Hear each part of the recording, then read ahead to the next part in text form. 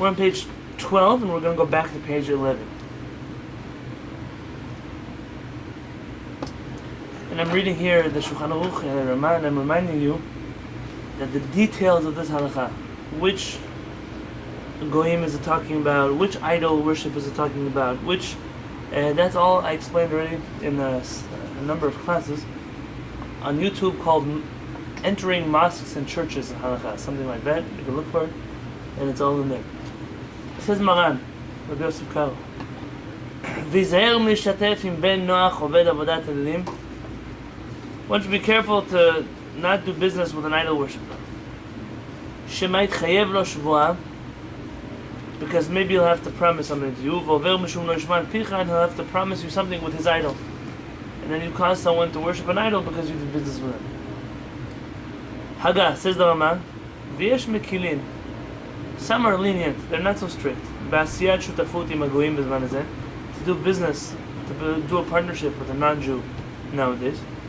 Mishum she'en hagoyim b'zman hazeh nishba'im ba'avodah zarah. Because the non-Jews today, they don't really use their idols when they promise them. They just say, I promise, I swear. They don't say the name of some idol. Ve'af al gav de maskirim ha'avodah zarah, and even when they do mention the idol's name, mikol makom kavanatam loseh shamayim va'aretz. This is a radical teaching. It says when the goyim say a name of an idol, they really mean the one who created the heaven and the earth. Ela shemeshatfim shem shamayim v'davar acher. But they're confused. They connect Hashem with another idol or another god, or it's not that they don't believe in Hashem, but they believe in Hashem and this idol, the Hashem and this avodah zarah. V'lo matzinu shesh b'zeh mishum lifnei ver l'tzedei michshon. And we're not worried about, there's a halakha that says, do not put a stumbling block in front of a blind person. It doesn't mean you see a blind person, don't put a rock and watch him trip. That's not what it means. What it means is, let's say you're, let's say you have a guest for Shabbat. The guest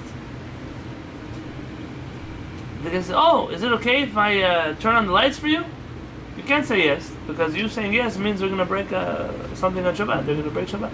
So, imagine another scenario of someone comes to you for advice. Let's say you're an expert chef, and they're going for an interview in a restaurant, and they need to know what's the best way to make mashed potatoes. And you give them a bad recipe. Why? Because you're jealous. You don't want them to get the job.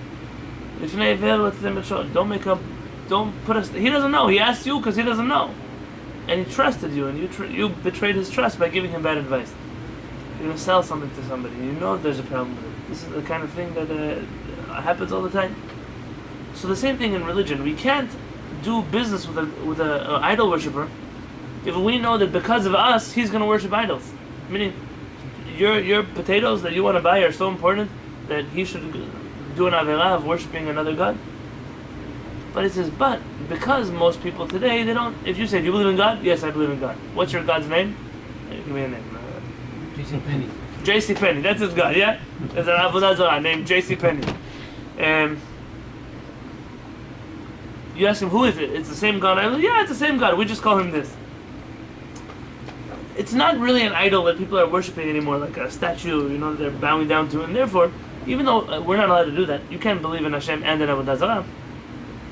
But, en hagoyim muzharim al hashituf, that this combination of Hashem with avodah zarah, it's only not allowed for Jews. But for non-Jews, you can't force them to also believe only in one Hashem.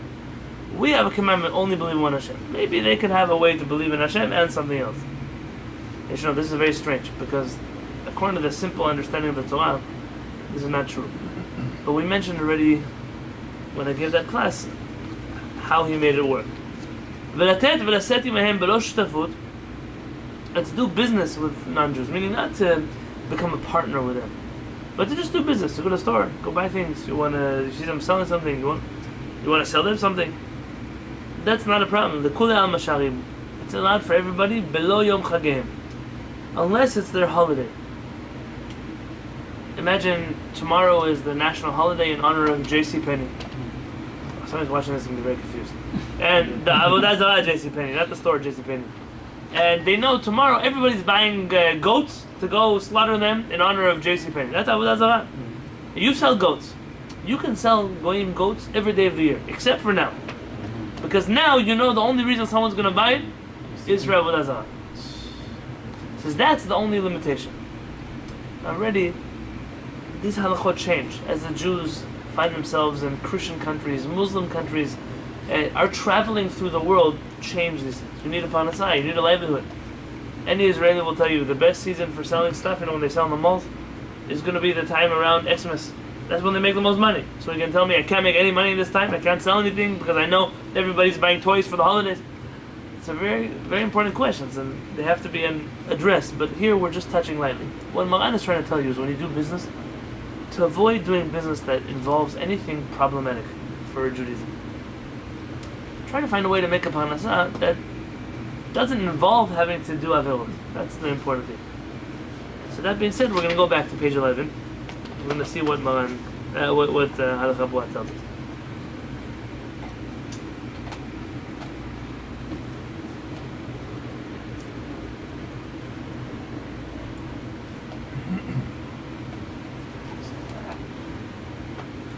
Bish'ah she'osek, it's in the bottom of page 11, where it says Gimel. You see that there?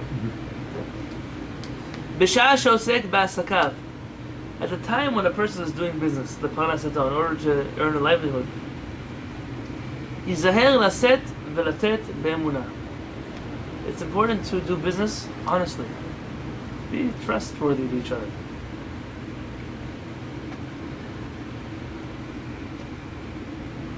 I bought a car recently. I took it to a mechanic. It should be checked. It should be looked at. It should be everything. And there was a problem. Of course, the mechanic, it's not his problem. It's not his responsibility. He checked. He didn't find it. But it seems, from what they looked, that the guy who sold me the car, he fixed some things up before he sold it to make it pass a mechanic inspection, but not long enough to actually drive it for a long time. This is a normal thing that people do in the world of business. In fact, he's probably considered a good businessman. But in the words of the Torah, that's a terrible thing to do. But what do you mean? Doing business honestly is very hard. I know. Hashem didn't say it was going to be easy. But imagine if you get a reputation that you're very straight, you're very honest. The truth is that a person like that would make more money than the other guy. The other guy, everybody's worried he's going to trick them. So they're always... Here, if I go to a place and I know that... You know when you see this? And I'm telling you as a rabbi something that... You see the difference. I once had to return something in Walmart. I bought something, it broke.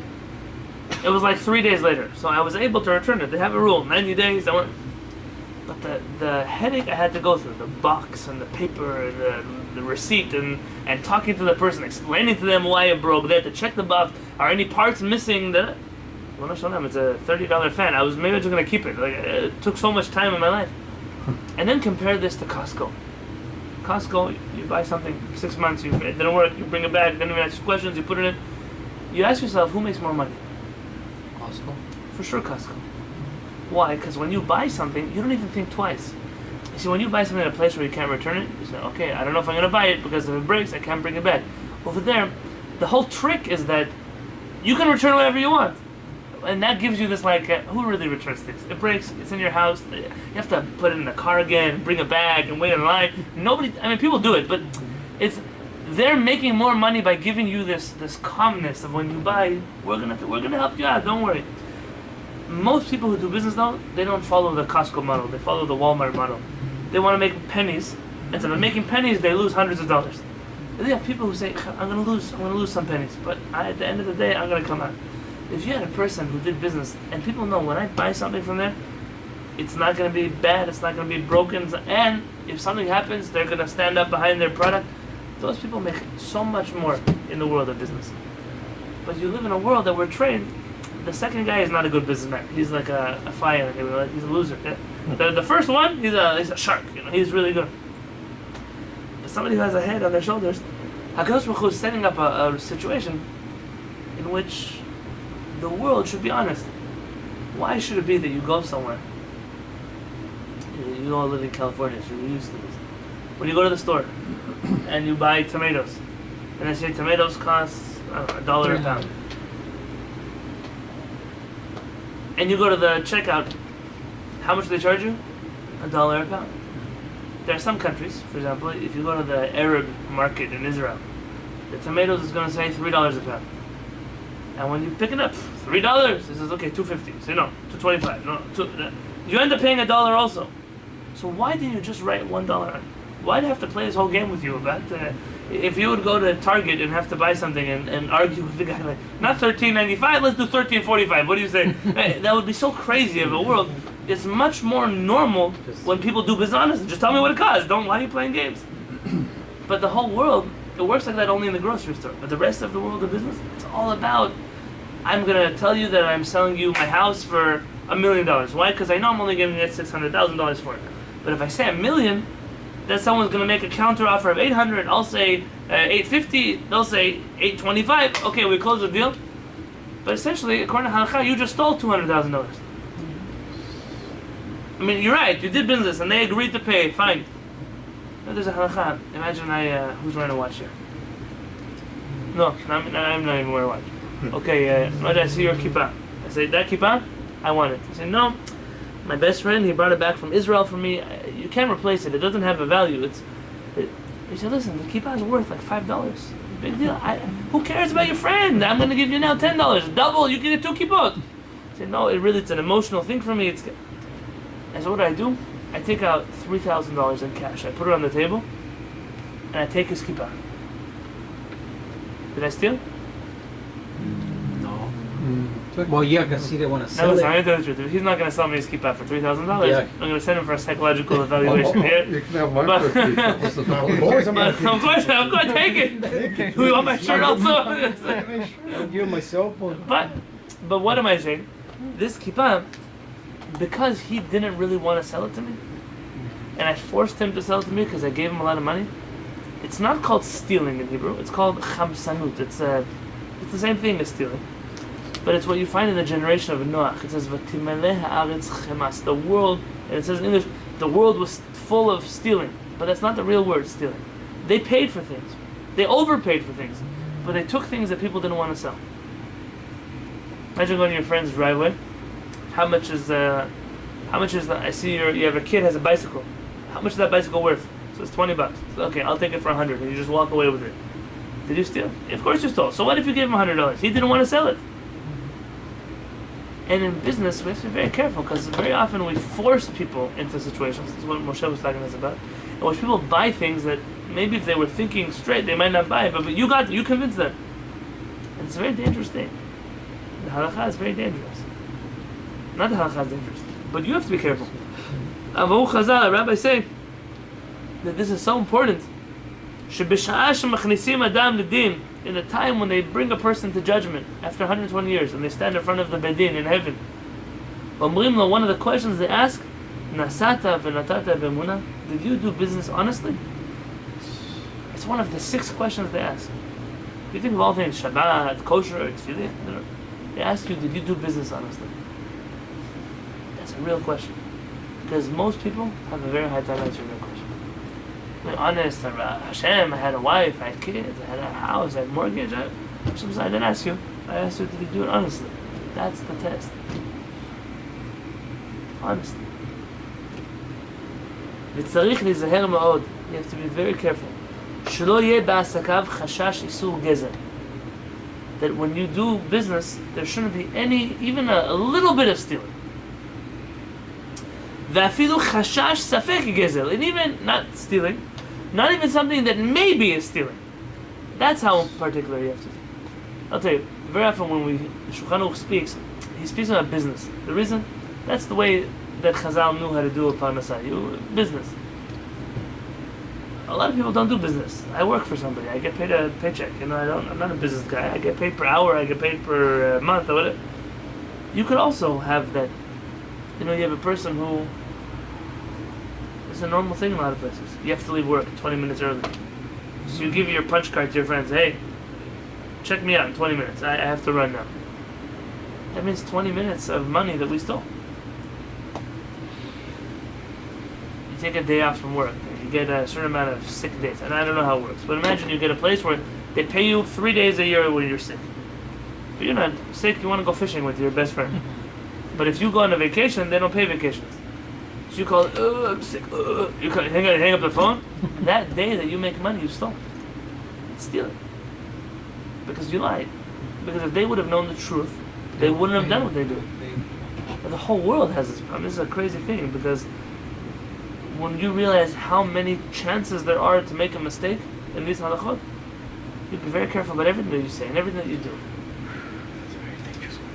What about if, because there's some companies do that, like, they say, you have 3 days of sickness, okay. They pay for it? Yeah. Okay. Okay, then we call them and say, you know what, I'm not sick, but I want to get that day, like, As a sick day. as a sick day, so they can pay me. Is that stealing? Because that's lying, right? I'm lying there. Okay. No, you're not lying. You're telling the truth, actually. Yeah. Lying would be if you lied. Okay. Here, you're telling the truth. Oh. Yeah. Example. I talked to my boss. My boss says, Wait, the reason I bring it up because I don't think everyone here does business. I think most of us here work for someone or Yeah. get paid a salary. So I have to give an example that's relevant to us. Yeah. So you call your so my boss says, use your sick days.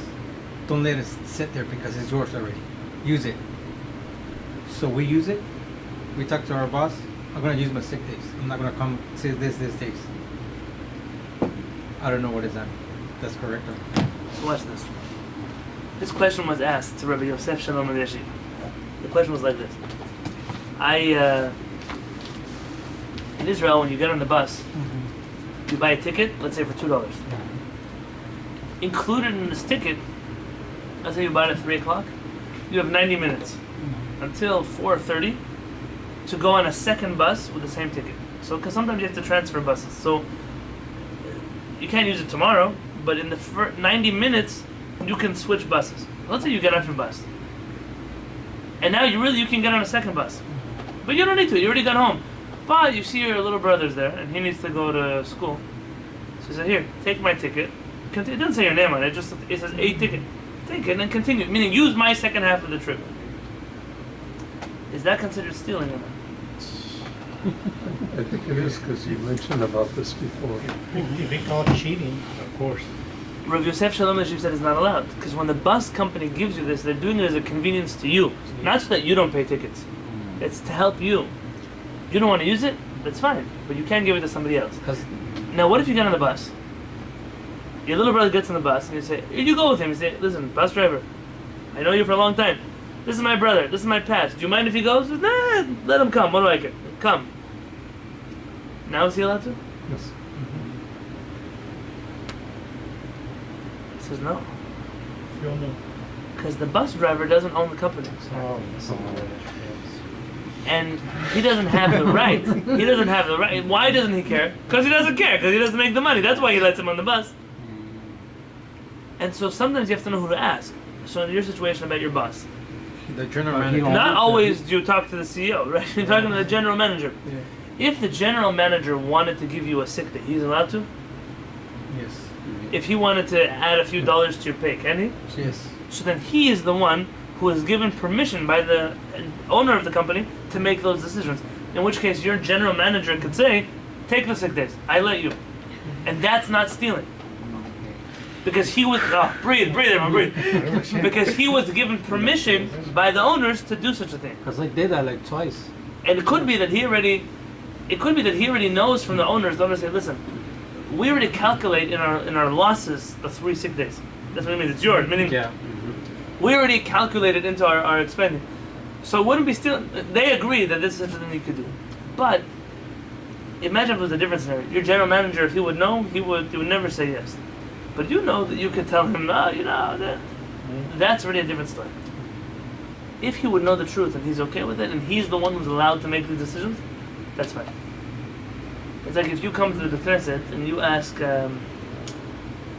Barry, can I take some of these chairs home? Sure, go take it. Or you go and you ask me, hey, Rabbi, can I take some of the chairs home? The difference is, now I don't know if in a Beth Knesset actually it works this way. I don't know that I own everything in Beth Knesset, but imagine this was like my house. So Barry's a guest in my Shabbat table. Imagine I'm a guest in Barry's Shabbat table. It's even better. And someone comes to the house and says, Rabbi, nice to see you here. I heard Barry has some extra folding chairs. Can I borrow them? I said, sure, take them for the garage. Not a problem. I didn't even ask Barry. I don't have the right to let somebody borrow Barry's things without asking. But he's allowed to. He's allowed to. You have to know who you're allowed to talk to get what you need. And it's not popular to say on camera, but I'm going to say anyways. Sometimes in a house, you have to know who is the right partner in the relationship to ask. Sometimes you'll ask a wife a question and she'll say, sure you can, but you don't know afterwards her husband's gonna, maybe she married a terrorist. You don't know who she married. Maybe he doesn't let her make such a thing. In which case you just got her in a lot of trouble for no reason. You have to be smart with these things, to remember the boundaries. But the general rule is if the person has the authority to make the decision, and you're being honest, you're not lying, okay, that's the way the world works, that's allowed.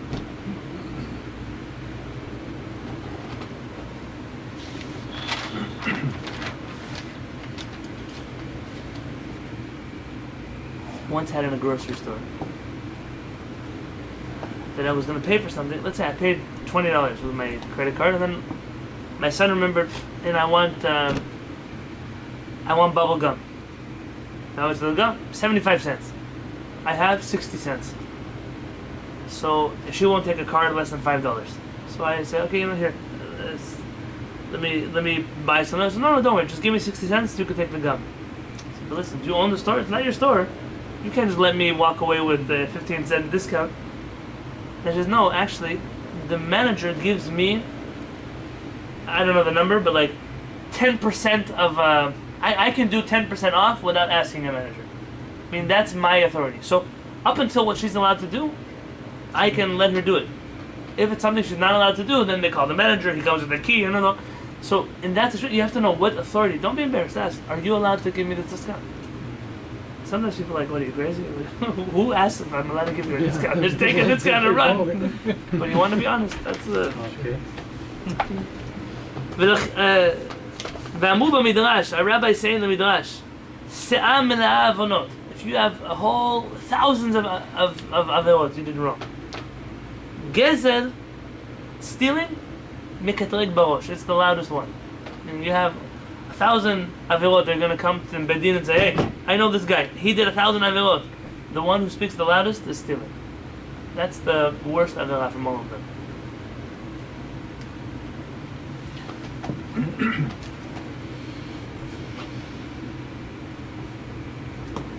There was a rabbi in the Gemara, his name was Rabbi Pinchas ben Yair. And he was so holy that even his animals became holy. Like his animal, if you would give it something not kosher, it wouldn't eat it. His donkey was very holy. And it had a chamor, a donkey. And they used to make fun a lot of his donkey in the Gemara. You find a lot of stories about his donkey. Stupid donkey, it's being too religious. And there was a lot of times you find this in the Gemara. But our rabbis say, if the first generation of our rabbis were like angels, we're like human beings. And if they were human beings, then we're like donkeys. And not even donkeys like Rabbi Pinchas ben Yair, just a regular donkey, not holy donkeys. So once these thieves, they stole the donkey, Rabbi Pinchas ben Yair, and they took it away, and it wouldn't work on Shabbat. So a donkey doesn't work on Shabbat. It wouldn't move. And then wouldn't eat. Because the thieves, what do? They steal their food, just like they stole the donkey. After 3 days, they just gave it back because the donkey wasn't working. It was a very holy donkey. But you find that because he was so careful about these halachot, who do you find this with? Avraham Avinu. Avraham Avinu, remember, he covers the mouth of his animals. He muzzles them because he doesn't want them eating from anybody else's fields. He doesn't want that his goat should have one piece of grass in him that came from somebody else's field. That's how careful he was about stealing. When the kings want to give him a reward, he says, I don't even want a shoelace. I don't want anything from you. I live for my own 2 hands. That's what I want. And therefore, Adam sheyesh lo sichsuch. Therefore, Adam, a person, sheyesh lo, that has sichsuch. What is a sichsuch? Complication. Sichsuch, should I explain? In Hebrew, a lot of words, they mean what they sound like. So how do you say a bottle in English? A baby's bottle?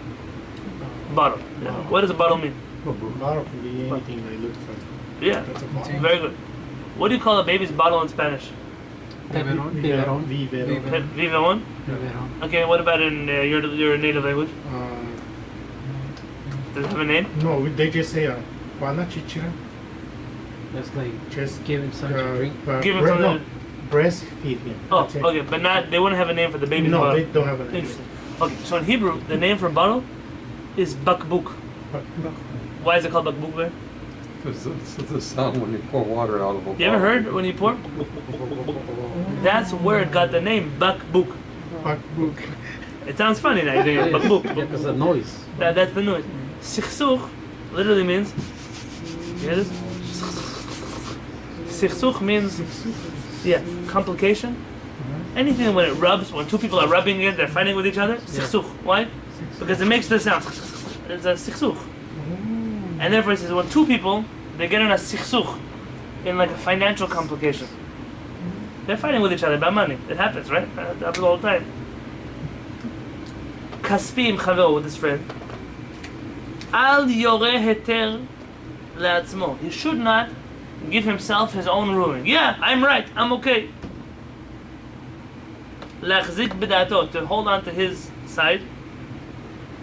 Meaning, he shouldn't say, you know what, I'm a big rabbi. I know that I'm right.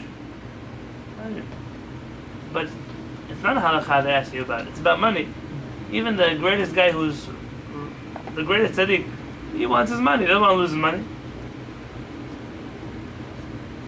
Ki en adam ro'eh chova le'atzmo. Because a person never sees their own problems. It's even a normal thing. People don't know that they smell. When they walk into a room, the person smells. Why? Because nobody smells themselves. Nobody knows what's bad about myself. I only know what's bad about you. So when I'm in an argument with somebody else, I have to go to someone else to make sure that I'm not crazy. Ve'elech im chavero, and he should take his friend. Ve'elech, he should go im chavero, with his friend. El talmid chacham, to a Torah scholar, but not any Torah scholar. Muvhak, someone who's an expert in these things. So you would come to me, I might not help you. I'm not an expert, not in business, and not in the halachot of business. I don't deal so much with this world. But there are people who do. That's what they do for a living. So I would send you there. V'yisadru ta'anotehem b'fanav, and they should each share their side of the story in front of him. Be'emet u'v'tamim, with absolute honesty. You know, when you go to court and the judge says, "Do you swear to tell the truth and nothing but the truth?" The reason they say that, and you know, that's a sad thing because everybody swears and everybody's lying. But the idea was that I'm swearing on something that's holy. I mean, people used to have integrity. I will lie to you until you make me swear. Once I swear, okay, never mind. In Jewish bedin, we used to have sometimes where they would make people swear on the Torah. Put your hand on the Torah and swear that you're telling the truth. And a person can say, listen, you know what, forget it. I don't want to swear on the Torah. I don't want to. I'll pay. It's fine. Because that was considered such a important thing that even the biggest liar doesn't want to lie. Even someone who's telling the truth sometimes says, listen, maybe I don't remember things correctly. I think I'm right, but I don't know. I'm not going to swear on the Torah. Let's settle 50-50.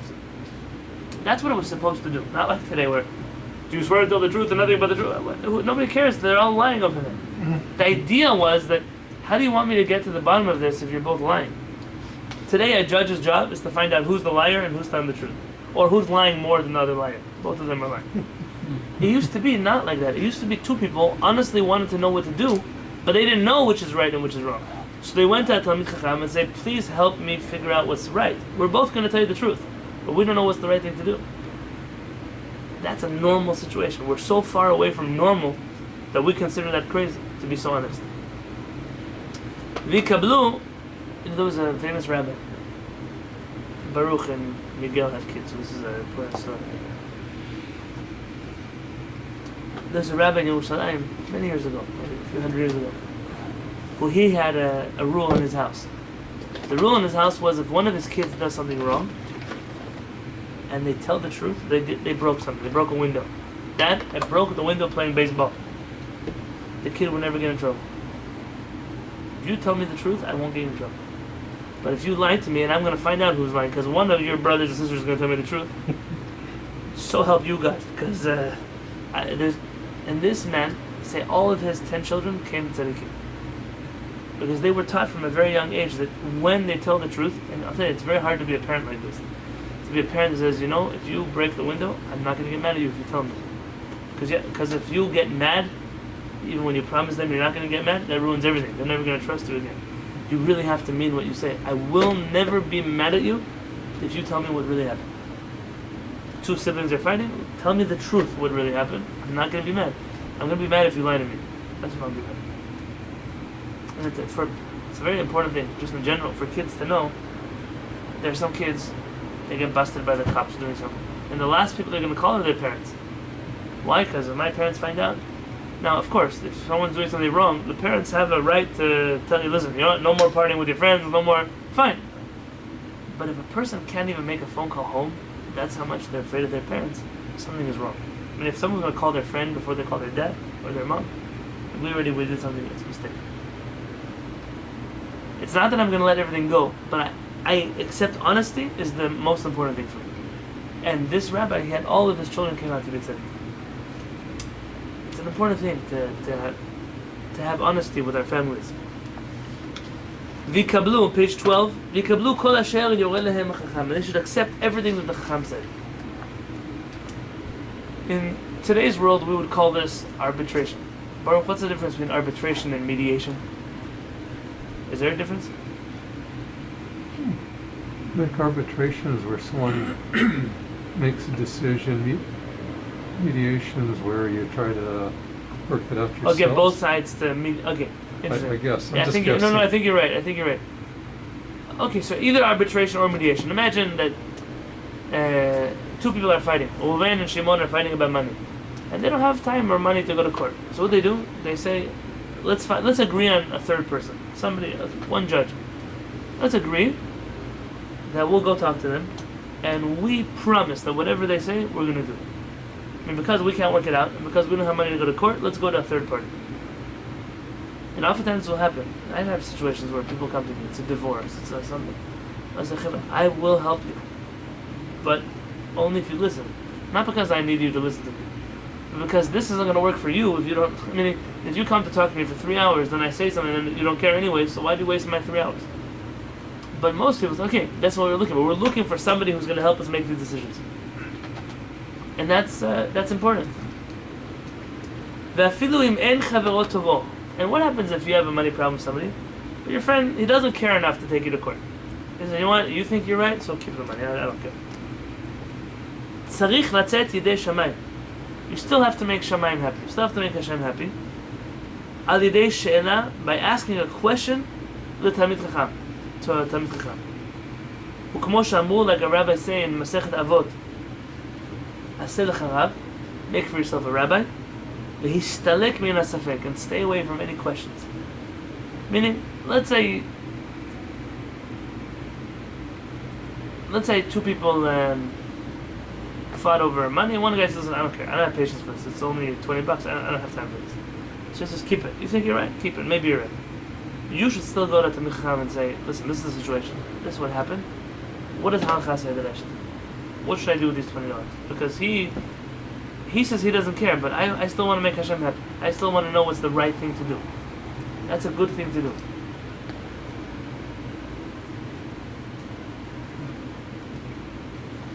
This next halakha is complicated. Not complicated because it's hard. Complicated because a lot of people do it and they're so used to it, they don't know anymore what to do.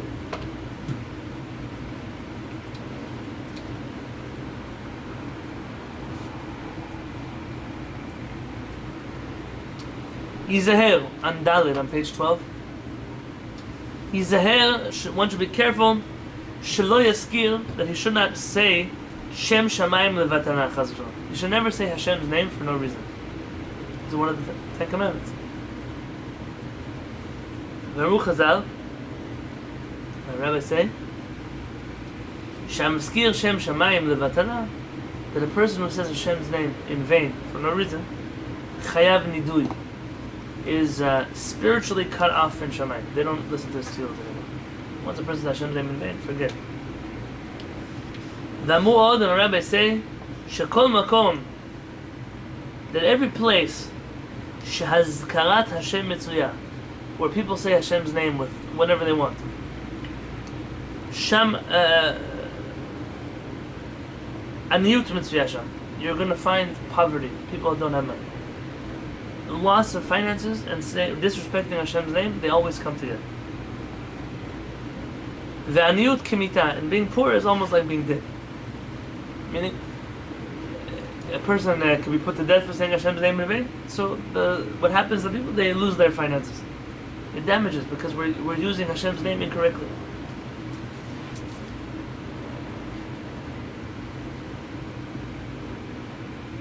The Ashkenazim are very good about this. The Ashkenazim, they never say Hashem's name. Even when they sing songs like Ya Ribon Alam, they always say Ka Ribon Alam. Ka. Everything is Ka. Why? Because Ka is not Hashem's name. Ya is Hashem's name. So whenever there's a Yud, they instead put a Kuf. Why? That way they're never saying Hashem's name. They say Elokim, not Elohim. Why? Because it's not. So they're very careful. Sometimes too careful. The Sfaradim, we sometimes have the opposite problem. We're not careful enough about saying Hashem's name. You know, we're allowed to say Hashem's name in a song, and you can say Hashem's name when you pray. You can say, but when you're talking about, I swear that I saw this guy, Hashem's name, I'm swearing. Don't say such things. That's a very problematic thing. Don't get involved. This is a problem that's more found, in my opinion, by Sfaradim than it is by Ashkenazim. V'chen yizaher, a person should be careful, shelo lihishava or lindor klal, not to make any vows or oaths. Don't promise things. V'afilu shvuot v'nidrei emet, even if you mean them truthfully. I really swear that this wall is a certain color. I really swear that there are 2 Sifrei Torah here. Yeah, so what if it's true? Don't swear. Just skip it.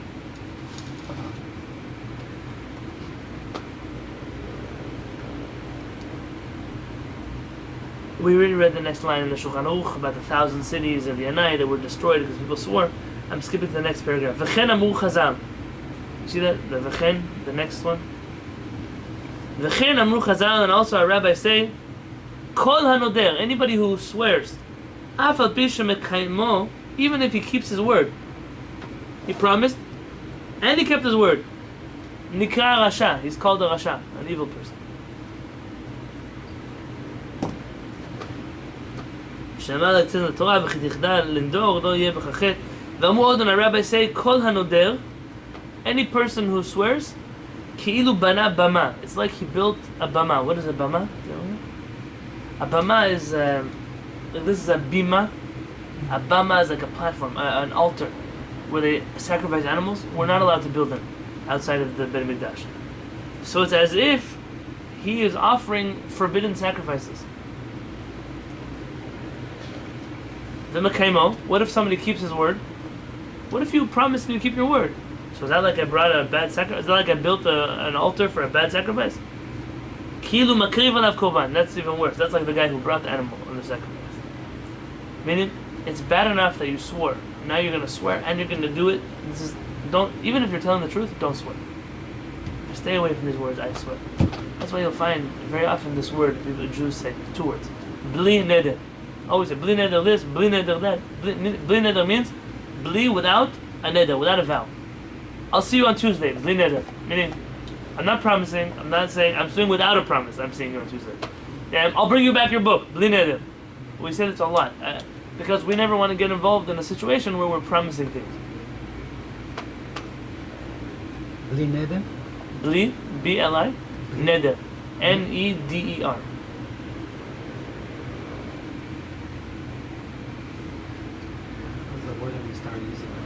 Ulinyan nedarim l'tzedakah u'l'kiyum shar mitzvot, and in terms of promising, let's say, to give a man of tzedakah, or promising, you'll find also again in Ashkenazi synagogues when they do, it's a good custom that when a person gets an aliyah and they bless their family, they say, and I'm doing a donation of $18.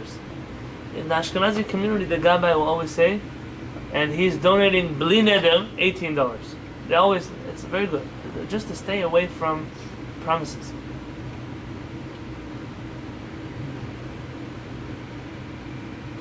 The last halakha for tonight. V'chen yizaher, you should be careful, shelo yaseh shutafut im goy shehu oved avodah zarah.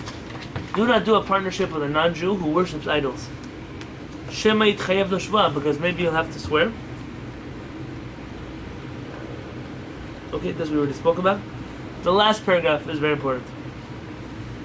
V'raboteinu hagdolim, our great rabbis, Hamagen Avraham, and Hagaon Rabbi Zalman. Who's Hagaon Rabbi Zalman? He's the first rabbi of Chabad, of Lubavitch. The Chesed Alafim. The Chesed Alafim is the author of this book, the Kehillat, he wrote a book on halakha called Chesed Alefi. The Mishnah Berurah and the Chavetz Chaim, who wrote the book called the Mishnah Berurah. The Kaf HaChaim, and the Kaf HaChaim is Rabbi Yaakov Chaim Sofer, the Sephardic commentator of Shulchan Aruch. All these rabbis that are on the Shulchan Aruch here in this place, הביאו כאן הרבה פרטי דינים שלא נזכרו בשולחן ערוך בענייני הגעת האדם בינו לבין חברו ובינו לבין המקום.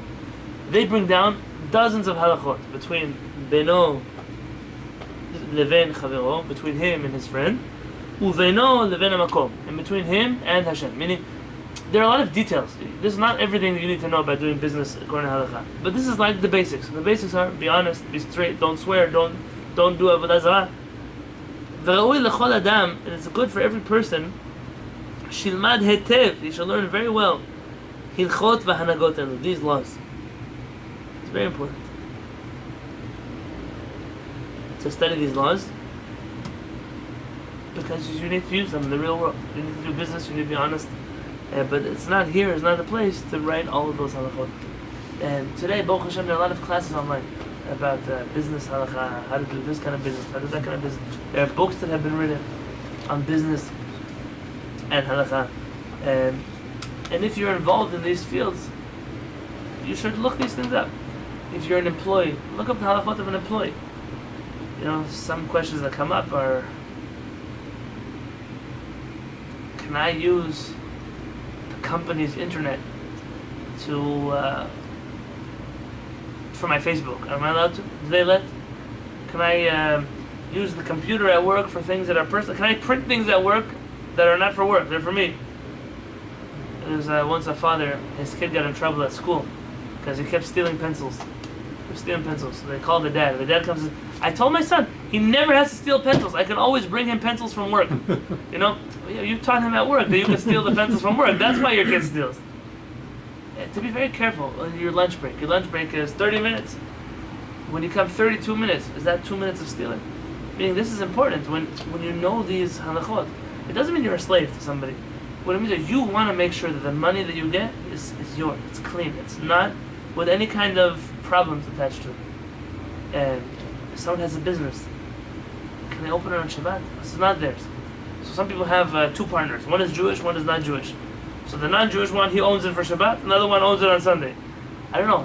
Can that work? Do you have to make a special contract? Can you make any of the money that came in on Shabbat? These are very important questions. You have a website. Imagine today, you have a website. You sell shoes. And your website is open on Shabbat also. I mean, your store is closed, but your website is open. The orders that people make. Some non-Jewish guy from Florida makes an order on Saturday morning. Can you sell him those shoes after Shabbat? He already paid. Can you take that money? These are very important halachot, and there's so many halachot like this that it's impossible to teach them in one class. But it's important to learn them because these are things that come up all the time. These are issues that we have to know, we have to be aware of. And when we're honest in business, Hashem always gives us blessing. It's always. When we're honest, you go home and the money that you have in your wallet, or you don't have in your wallet, or the money that you have in your bank account, it's mine. I worked for this. It's nobody else's. I didn't steal it. I didn't borrow it. There's nothing wrong with it. It's clean. It's such an important thing. It's a special thing to be able to be honest. You feel good. I once had a guy. I went to go visit him. I've shared this story before. So he was very smart. He lived in New York. There was no parking in New York, and he had a way. How does he park? He gets home at 11 o'clock at night. He doesn't have time to look for 3 hours of parking. So he parks in illegal places to park. How does he not get a ticket? Because he leases his car, he leaves on he doesn't have to have license plates until 3 months. But however he does it, he always extends it, like, I don't want this license, I want that license. He keeps having blank license plates. Okay, a police officer can still give you a ticket by checking your VIN number or something like that. So he always leaves his hat on top of, or his book on top of the VIN number of the car. And he has all the tricks in the world to cut. And the truth is that even a tow truck company, when they tow your car, they have to have the VIN number. I mean, they can't, either have to have a license plate, or they have to have a VIN number, they have to know who the car belongs to. They can't just take a car because you need to know where to find your car. So he doesn't even get towed. And Still Mexican? And he thought he was a Jewish guy, good, nice, Jewish, American, New Yorker. And he was, shit, look at me, I can park wherever I want. He was so proud of it. And I said, I'm very curious. I stayed at his house for a night. And the next morning, he came outside and he forgot where he parked his car. So what happens when I forget where I park my car? I look for it. I'm going to remember. He didn't look. Oh, they took my car. They finally stole my car. The police got my car. And he was going crazy. He didn't remember. He just parked it around the corner. But because he doesn't, he doesn't have any calm in his life. When you park your car in a place you're allowed to park your car, you don't worry about it. I mean, it goes away from your head. You go home, you have dinner, you go to sleep. When you park where you're not allowed to park it, even though you think you were smart, in the back of your mind you're worried. The same thing when people do things that are illegal, people do that. You think you're so smart, but you're always afraid of getting caught. And is it worth the extra few dollars that you made, or is it worth that fun that you're having to live like that, like your whole life, to be so pressured? But people are not taught ever how to think straight. I wish, Baruch Hashem, that we could teach this in high school already to people, like already then, to tell people it's not worth it. Not because you don't want to get arrested. It's not worth it because you're not going to sleep good at night. Because you're going to get worried and you're going to get nervous and you're going to have anxiety. And you're going to, for what? For what purpose? And it's the whole point of halachot of business is so you can do business and you close your store and you go to sleep and you don't worry about anything, because you know what? Even if tomorrow morning the IRS came to check, everything is right. Everything is good. Here, take my books. I'm going to show them to you. That's a very special place to be in. It's very good. It's very calm.